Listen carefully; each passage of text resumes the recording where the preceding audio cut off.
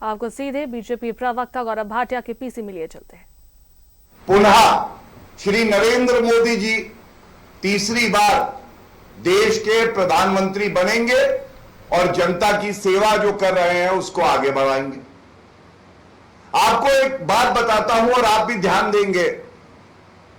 Media चौथा स्तंभ होता है। इस पूरे चुनाव में 4 दौर का चुनाव जो है, 4 चरण का चुनाव जो है हो चुका है। कल 5वें चरण का मतदान है। केवल एनडीए और भारतीय जनता पार्टी है जिसको विश्वास है कि 10 साल का रिपोर्ट कार्ड जो नरेंद्र मोदी जी जनता के समक्ष रख रहे हैं, तो पुनः आशीर्वाद हमें मिलेगा।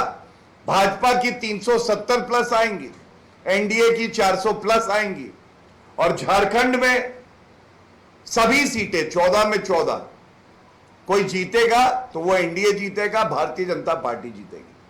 लेकिन इसके विपरीत एक भ्रष्टाचारियों की फौज खड़ी हो गई है जो नरेंद्र मोदी जी और भारतीय जनता पार्टी को हराने का एक कुंठित प्रयास कर रही है। लेकिन यह कहना गलत नहीं होगा, इन सभी भ्रष्टाचारियों पर आदरणीय प्रधानमंत्री श्री नरेंद्र मोदी जी की ईमानदारी भारी पड़ रही है। अगर आप देखें, एक ऐसी ही भ्रष्टाचारियों की तिकड़ी झारखंड में भी है जिसमें जेएमएम, कांग्रेस पार्टी और चारा घोटाले के दोषित लालू प्रसाद यादव की पार्टी भी है। आज इनसे अगर कोई सवाल करता है कि आपकी सीटें कितनी आएंगी, आप भाजपा की बात छोड़िए, अपनी सीटें पहले बताइए, तो इनके मुंह में दही जम जाती। इनके पास इतनी हिम्मत नहीं है कि अपनी सीटें बता दें, और ये टक्कर लेंगे उस नेता से जो हिमालय की चोटी की तरह खड़ा है, जिनके सामने ये सारे भ्रष्टाचारी बौने हैं, घुटने तक नहीं पहुंचते, जिसकी ईमानदारी गंगा जल की तरह पवित्र है। ये लोग सवाल उठाते हैं, सबसे पहले बात भ्रष्टाचार पे करते हैं। तंज कसे जा रहे थे, अभी बता रहे हैं प्रेस वार्ता पे, तो ये बोला जाएगा। बॉलीवुड की बात करते हैं, एक मूवी आई थी जिसमें कहा था क्राइम मास्टर गोगो। तो ये जो तिकड़ी है भ्रष्टाचार की, ये भी क्राइम मास्टर गोगो की ही तरह है। आया हूं तो कुछ तो जनता का लेके जाऊंगा, मैं देने नहीं आया हूं, लेने आया हूं। और ये भ्रष्टाचार की जननी भारतीय राजनीति में कौन है? कांग्रेस पार्टी। जेएमएम ने उससे सबक लिया है और पूर्व मुख्यमंत्री हेमंत सोरेन, उन्होंने भ्रष्टाचार किया। 10 समन ईडी के आए, 10 समन। एक मुख्यमंत्री संविधान की शपथ लेके कहता है मैं संविधान की रक्षा करूंगा, पालन करूंगा। क्यों पूर्व मुख्यमंत्री जेएमएम के नेता हेमंत सोरेन जी थरथर कांपे जब समन आए? अगर कोई भ्रष्टाचार नहीं किया तो जवाब देते। और यह भी सत्य है कि उच्च न्यायालय से बेल नहीं मिली, सर्वोच्च न्यायालय में मामला लंबित है, 2.5 महीने हो गए जेल में है। यह किसका रुपया है? यह जनता की कमाई है, जो अपने परिवार को आगे बढ़ाने के लिए, चाहे कांग्रेस हो, चाहे वो जेएमएम हो, चाहे आरजेडी हो, ये लोग इस्तेमाल करते। और आज सवाल पूछा जाएगा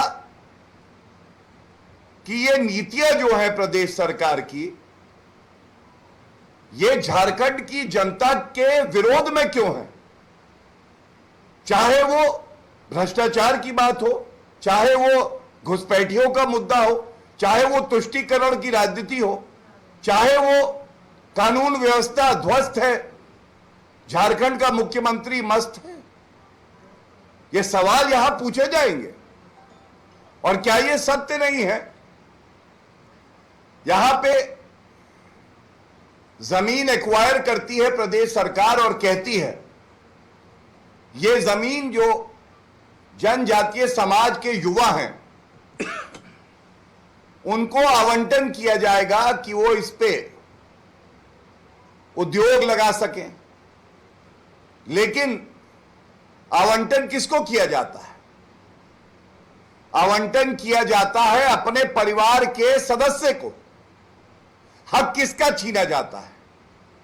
जो जनजातीय समाज के लोग हैं, जिनकी जमीन आप ऐसे एक्वायर नहीं कर सकते, उनके साथ भी आपने धोखा कर दिया। इसके बाद भ्रष्टाचार पे आलमगीर आलम, क्या रत्ती भर शर्म नहीं बची है भ्रष्टाचारी कांग्रेस पार्टी में? नैतिकता और कांग्रेस पार्टी के भ्रष्टाचारी नेता चुल्लू भर पानी में डूब जाए तो अच्छा है। इस्तीफा नहीं मांगा, राहुल गांधी एक शब्द नहीं बोले। अच्छा, वजह थी भ्रष्टाचार के आरोप पर खुद बेल पे बाहर है, सोनिया गांधी बेल पे बाहर है भ्रष्टाचार के आरोप। पूरे विश्व में सबसे ज्यादा भ्रष्टाचारी परिवार, तो एक प्रतिद्वंदिता चल रही है कि वो गांधी परिवार है या सोरेन परिवार है या लालू परिवार है जो 5 बार दोष सिद्ध हुए। और आप सोचिए, ये चिंताजनक है लोकतंत्र के लिए। संविधान की प्रतिलिपि उठाने से संविधान नहीं बचता है। उसके लिए नरेंद्र मोदी जी जैसा व्यक्ति जो कर्तव्य परायण हो, जिसकी निष्ठा संविधान के प्रति हो, संसद में घुसने से पहले मत्था टेकता है, क्योंकि वो लोकतंत्र का मंदिर है। मैं पूछना चाहूंगा, अगर आलमगीर आलम के पीए के घर से 32-33 करोड़ रुपया मिलता है, नोटों का पहाड़ मिलता है, नोट गिनने की मशीन खराब हो जाती है लेकिन रुपया निकलता रहता है, क्या इस पे कांग्रेस पार्टी के अध्यक्ष खड़गे जी, राहुल गांधी, प्रियंका वाड्रा एक शब्द बोलेंगे? क्या चंपई सोरेन जी कुछ बोलेंगे? आपकी कोई जिम्मेदारी नहीं है। और यह क्या दर्शाता है? यह दर्शाता है कि इनका मकसद, जो बात आदरणीय प्रधानमंत्री जी ने हर रैली में उठाई है कि परिवारवाद को आगे बढ़ाओ, अपने परिवार का भला करो, जनता से कोई लेना देना नहीं है।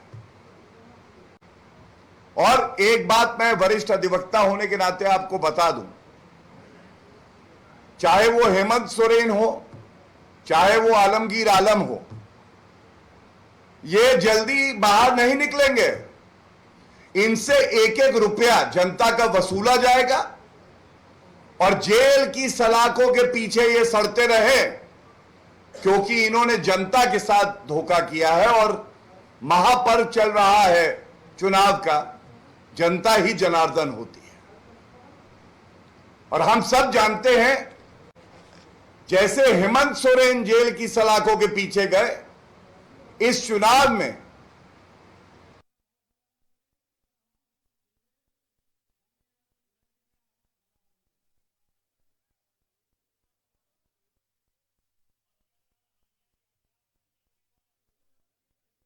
बीजेपी की पीसी अभी चल रही थी, जिससे बीजेपी के राष्ट्रीय प्रवक्ता है गौरव भाटिया, जो इंडिया अलायंस पर निशाना साधते हुए बातें अपनी रख रहे थे पीसी के दौरान। जनता की सेवा कर रही है, 10 साल सत्ता में रहे हैं, जनता की सेवा करी है आदरणीय प्रधानमंत्री श्री नरेंद्र मोदी जी ने। कोई उंगली नहीं उठा सकता, कोई भ्रष्टाचार का आरोप नहीं लगा सकता। और दूसरी तरफ ये क्राइम मास्टर गोगो वाले, भ्रष्टाचार की तिकड़ी कहूंगा मैं इनको, ये चिंताजनक है। और इसीलिए हमें यकीन है झारखंड की हर सीट पर कमल खिलेगा, एनडीए जीतेगी और 400 का आंकड़ा इस बार 400 पार यह चरितार्थ होगा। दूसरा बड़ा मुद्दा जो है वो मुद्दा है तुष्टीकरण की राजनीति करने का। तुष्टीकरण की राजनीति और घुसपैठिए हर सरकार की यह जिम्मेदारी होती है कि अपराधी का धर्म ना देखें, और जो घुसपैठिए हैं वो तो इस देश के नागरिक भी नहीं हैं, वो तो दीमक की तरह हमारे ही देश को खाने के लिए हैं। हम सब जानते हैं कि यूपीए की सरकार 10 साल में उस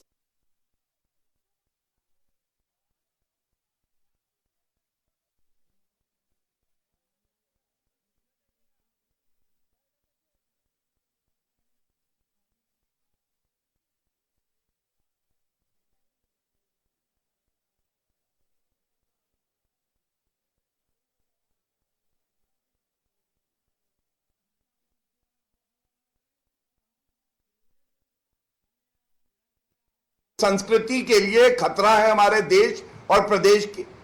और यही कार्य जो जनजातीय समाज है उनका अभिमान, उनकी संस्कृति है। और ये सारे लोग जो हैं ये हमारी बहनों के साथ क्या कर रहे हैं? धोखा करके, लव जिहाद करके उनका जो मूल रूप है उसको बदलने का कार्य कर रहे हैं, उनकी जमीन हड़पने का कार्य कर रहे हैं। और जब आहत होके हमारा भाई जो जनजातीय समुदाय से आता है पुलिस के पास जाता है तो पुलिस चुप्पी साधे रहती है, क्योंकि इन घुसपैठियों में उनको अपना वोट बैंक दिखाई देता है। कानून व्यवस्था, अगर कोई धर्म के आधार पर किसी के साथ धोखा करता है, दुराचार करता है, एफआईआर होनी चाहिए। एफआईआर नहीं लिखी जाती।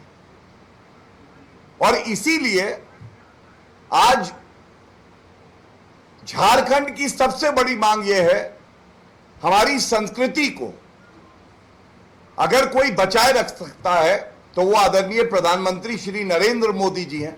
हम सब जानते हैं जनजातीय समाज से राष्ट्रपति द्रौपदी मुर्मू जी इतिहास लिख दिया। हम सब जानते हैं कि केंद्रीय मंत्रिमंडल में 8 मंत्री एसटी हैं, 12 मंत्री एससी समाज से आते हैं, 28 मंत्री ओबीसी समाज से आते हैं, 11 महिलाएं हैं।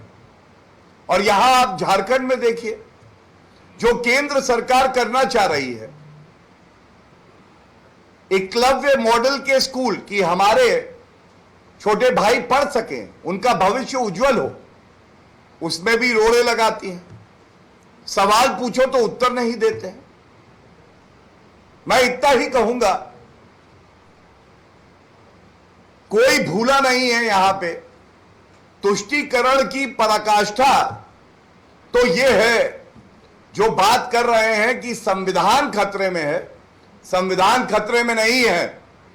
यह भ्रष्टाचारी कांग्रेस, भ्रष्टाचारी जेएमएम, भ्रष्टाचारी आरजेडी, यह घमंडिया खतरे में है। इनकी भ्रष्टाचारी जो पुश्तें हैं वो खतरे में हैं और किसी को बख्शा नहीं जाएगा। कानून का डंडा ऐसा पड़ना चाहिए, सदियों सदियों तक इनको पता रहे कि अगर भ्रष्टाचार करोगे तो जेल की सलाखों के पीछे सड़ोगे।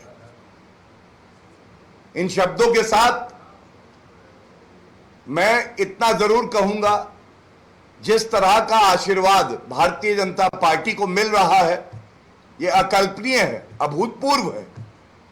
और हमें पूरा यकीन है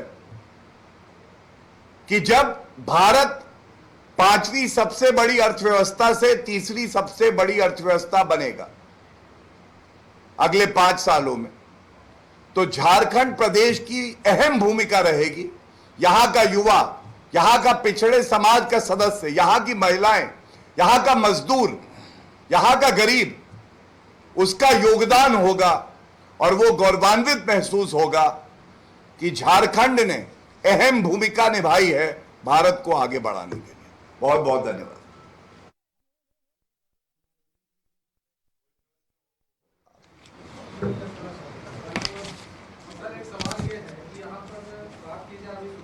किस प्रेस से हैं आप? हाँ बताइए।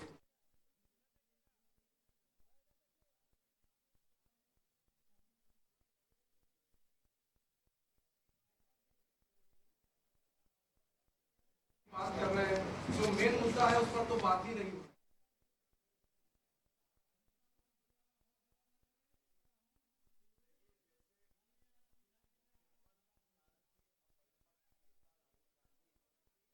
तो राष्ट्रीय प्रवक्ता बीजेपी के गौरव भाटिया अपनी पीसी के जरिए विपक्ष पर निशाना साधते हुए उन्होंने कहा कि झारखंड की हर सीट पर कमल का फूल खिलेगा और कांग्रेस को कहा कि भ्रष्टाचार की जननी है कांग्रेस।